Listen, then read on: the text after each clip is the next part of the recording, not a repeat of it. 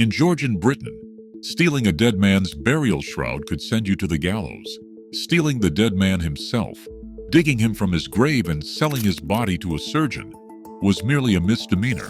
That legal absurdity fueled one of the most grotesque black markets in British history. They called themselves resurrection men, and the trade they built on stolen corpses began with a single act of Parliament. The Murder Act of 1752 was supposed to terrify murderers with the prospect of post-mortem dissection. Instead, it created a bottleneck. Only the bodies of executed murderers could be legally handed over to the surgeon's table. For decades, Parliament refused to widen the pool, arguing that the horror of dissection should remain a punishment reserved for the worst crimes. Yet executions for murder rarely topped 30 a year across all of Britain, while the number of medical students exploded.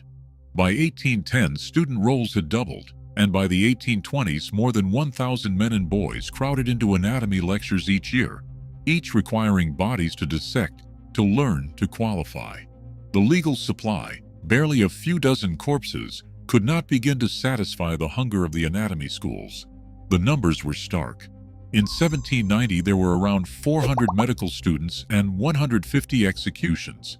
30 years later, students had tripled, but executions had plummeted to less than 30 a year. Surgeons and teachers like William Hunter, whose Great Windmill Street School became a magnet for aspiring anatomists, wrote desperate letters to Parliament, pleading for more bodies. Hunter's own records show his school needed at least one body per pupil per term, but the law offered only a trickle.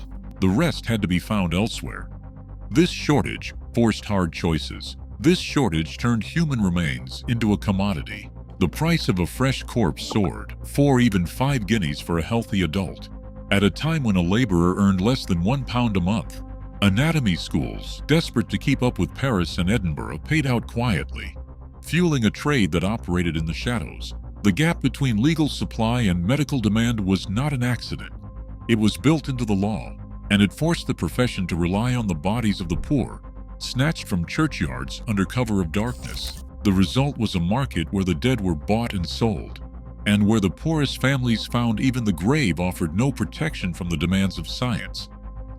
London's graveyards became the hunting grounds of the resurrection men, who worked with a precision born of scarcity and demand. Winter was their ally, cold enough to slow decay, dark enough to shield their movements. Teams moved quickly, stripping 2 graves in 90 minutes, leaving barely a trace. Their method was direct. They dug at the head, broke the coffin lid, looped a rope around the corpse's neck or shoulders, and hauled it up. The shroud was burned because stealing it meant transportation, while stealing the body itself was only a misdemeanor, usually punished with a fine. Flesh, not fabric, paid the bills.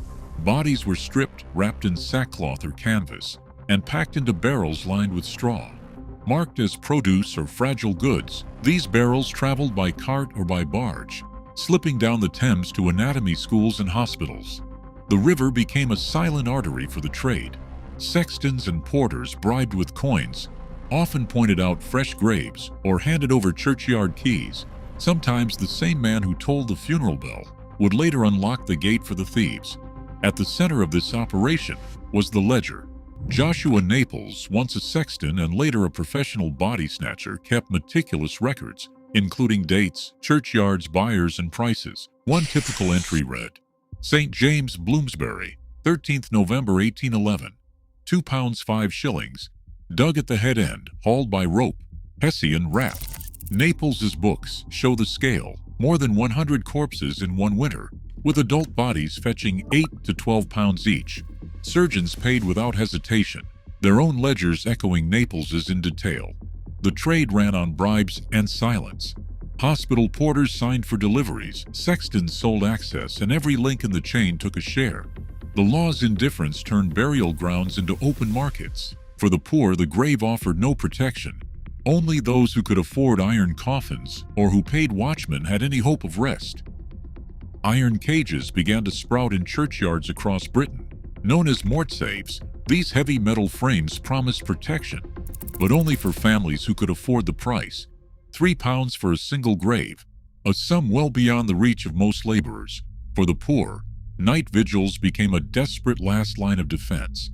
Sons, daughters, and neighbors huddled by fresh graves, lanterns flickering in the damp air, straining to catch the sound of a shovel or the creak of a crowbar. Parish records from St. Peter's in Dublin show payments for watchmen, but even these efforts could not keep the resurrection men at bay.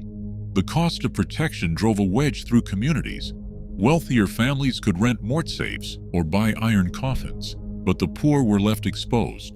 The dead of the slums became easy prey, their graves unguarded, their bodies turned into currency for medical schools. In some towns, anger boiled over.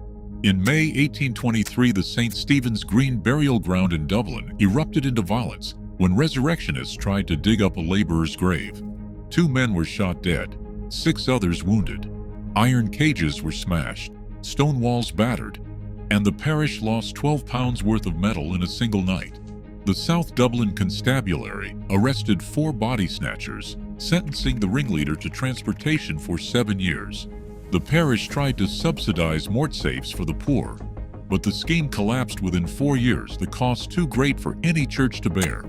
Yet even as communities fought back, the trade adapted. In Edinburgh, William Burke and William Hare abandoned the spade for the pillow. Between January and October 1828, they murdered at least 16 people, selling each corpse to Dr. Robert Knox for £7 10 shillings, a fortune compared to a weaver's annual wage. Their victims were the friendless, the homeless, the invisible. When Burke was hanged before a crowd of 25,000, the public saw not just a killer, but a system that had turned the poor into raw material. The anatomy schools paid in pain, and the streets paid in blood. The old defenses, iron, stone men, sleepless nights, had failed. The market no longer waited for the dead to be buried. Now it created its own supply. In London, the horror that had gripped Edinburgh took on a new form. The so-called London Burkers, led by John Bishop and his gang, delivered the body of Carlo Ferrari, a 14-year-old Italian street performer, to King's College in November 1831. The corpse was still warm. Surgeons, well practiced in the signs of death, raised the alarm. Police arrived before the body could be dissected. Old Bailey records show that Bishop, Williams, and May confessed to supplying hundreds of bodies over the years. But Ferrari's murder was different. It was fresh, obvious, and impossible to ignore. The public response was swift and furious. When Bishop and Williams were hanged at Newgate, 30,000 people crowded the streets, hungry to see the men who had turned London's poor into merchandise for the dissecting table. The fallout reached Parliament in a matter of months. The Anatomy Act of 1832 swept through, promising to end the black market in bodies, but the law's fine print revealed its true cost. Rather than making all classes equally vulnerable, it handed over the unclaimed bodies of those who died in workhouses and hospitals, almost always the destitute. A pauper who died without family became, by default, the property of the anatomy schools. Licenses were issued to surgeons, and hospital ledgers began to fill with the names of the poor, not the criminal. The price of a corpse collapsed from £8 or £10 to as little as £3, sometimes even £2 for a child. The trade that once rewarded thieves now paid only in shame. For a time, a new market tried to resist the law's logic.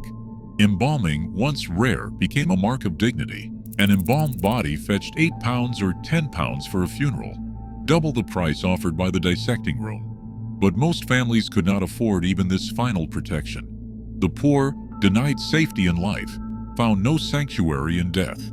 The Anatomy Act did not end exploitation. It simply transferred it from the graveyard to the workhouse. The dead, stripped of kin and coin, became the raw material of science, while the surgeons and lawmakers who profited remained untouched by the suffering they had sanctioned. The law protected a shroud more fiercely than a human corpse. That logic still echoes. Today, the poor remain most vulnerable to exploitation in the name of progress. The price of medical advancement is rarely paid by those with power. Some graves, it seems, are never allowed to rest.